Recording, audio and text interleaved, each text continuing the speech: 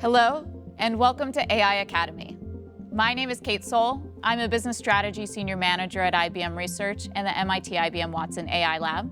And this is my colleague, distinguished research scientist Kush Varshney. Kush is an AI researcher with a focus on trustworthy AI. Kush, I'm really excited we get to have this conversation today. I've been working with clients and thinking about trustworthy AI from a business perspective for a while now, but I know you've been innovating in trustworthy AI from a research perspective for a number of years. When it comes to AI, I think you and I can both agree, trust is the number one important thing. Yeah, it has to be. If we don't have that trust in those models, they have billions of parameters and they're really huge, but until we have that trust, we can't really get the benefit of that AI in enterprises. Now, you have quite a few accomplishments to your name in this space, right? You've published hundreds of papers, you have algorithms that are working in labs around the world, you're a sought-after speaker, right? Yeah. And I say this to emphasize that you have a big footprint in this space, a public footprint in this space. And given your public accomplishments, I thought it might be interesting if I asked some consumer chatbots to learn a little bit more about some of the work that you're doing in trustworthy AI. Yeah, that sounds like a fun thing to do. So you published a book on trustworthy machine learning. Yep, that's absolutely correct. You were named an Elevate Fellow by the Government of Ontario, Canada. I've never heard of that fellowship. You're a co-founder of the Machine Learning for Good Social Foundation. That's almost right. So I did found the IBM Science for Social Good initiative, so we're close. You've created many open source toolkits. So we created the 360 toolkits around AI Fairness 360, AI Explainability 360, and some others, yep. You have a PhD in electrical and computer engineering from the University of Illinois at Urbana-Champaign. I went to MIT. So, Kush, what's going on with these chatbot responses here? Some of these are right, and some of them are complete fiction. What's going on? So I would call that hallucination. And so that means that these AI systems, they'll make some things up, they'll make associations that aren't exactly correct. And I think that's what happened in our last example. So it kind of created this association that didn't exactly exist. Got it. I think everyone is feeling the pressure of operationalizing generative AI as fast as possible. But when companies hear about AI hallucinating or other toxic behaviors like bullying or gaslighting, and there's other concerns around generative AI and copyright infringements or the revealing of personal or private information. And it makes companies concerned and nervous and even fearful about adopting generative AI in their organization. Yeah, and what we have to remember is that AI is not a race. It's a journey. We have to be careful. And as anything that we want to get into enterprise AI, it has to have these principles of trust and transparency throughout. We have to slow down, put in all of these governance aspects, make sure that we're putting in safeguards, guardrails, and just doing the right thing. I know you and your team have worked on this for a while, right? How have the risks changed with the advent of generative AI compared to the risks we were seeing before with traditional machine learning? Yeah, so predictive machine learning and generative AI, they're kind of two sides of the same coin. So a lot of the techniques are very similar, but there are differences. So the hallucination that you mentioned, the leakage of private information, the bullying, all of those are new risks that we haven't seen before. We still have a lot of other risks as well that kind of carry over. But the difference mainly is around the solutions. How do we address these issues? And a lot of the reason we can't apply the same techniques from before is because of the huge data that we're dealing with now. It's just humongous data sets. Yeah, can you talk a little bit more about that specifically? So when we have these huge volumes of data, how does that impact our ability to trust a model?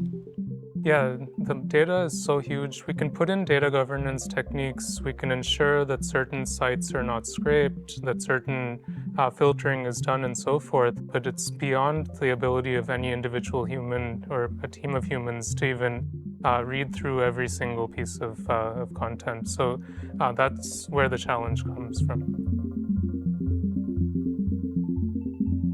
Now, let's take a step back for a second and talk about trust as a concept. When I talk to clients about trust, most of the time, Their minds jump straight to accuracy, thinking about quality and can they trust the model in the use case that they're trying to deploy it in. How do you define trust? Yeah, so I think the starting point is that. So the quality, the accuracy, just the general performance of these models, because without that, nothing else follows. But that's just the starting point, right? Yeah.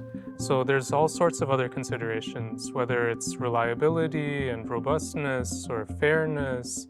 Can we as humans understand how the model is working? Can we understand the entire process of how it came together?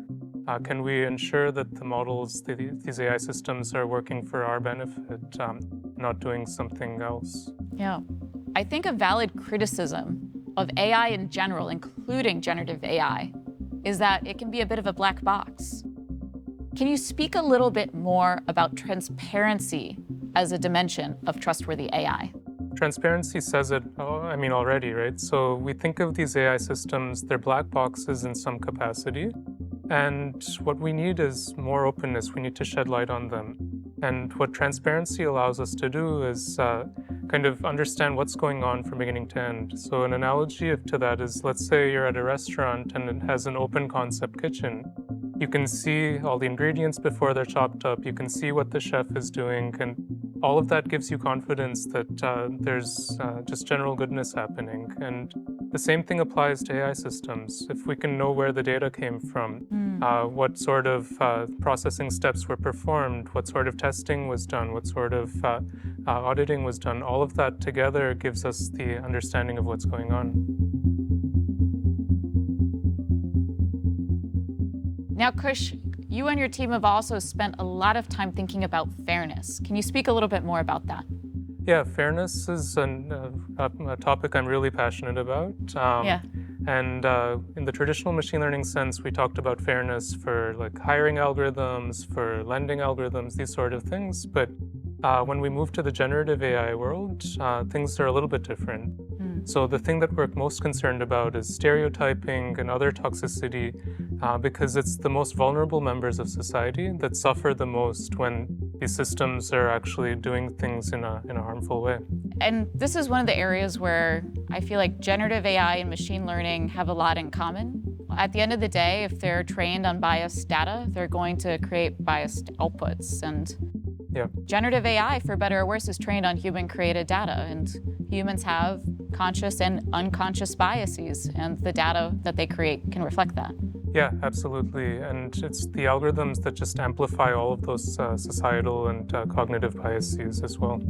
So with all these risks and considerations around trust, how can clients adopt generative AI in a safe, responsible, and ethical way? Yeah, I think the only word I need to say is governance. And AI governance really starts at the beginning. What is the intended use of these systems that we're creating?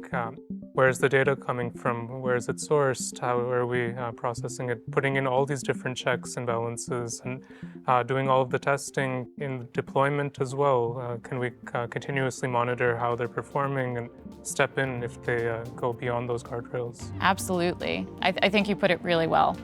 When the stakes are high, you need to be able to trust, but have that trust validated and verified, and not just trust for trust's sake.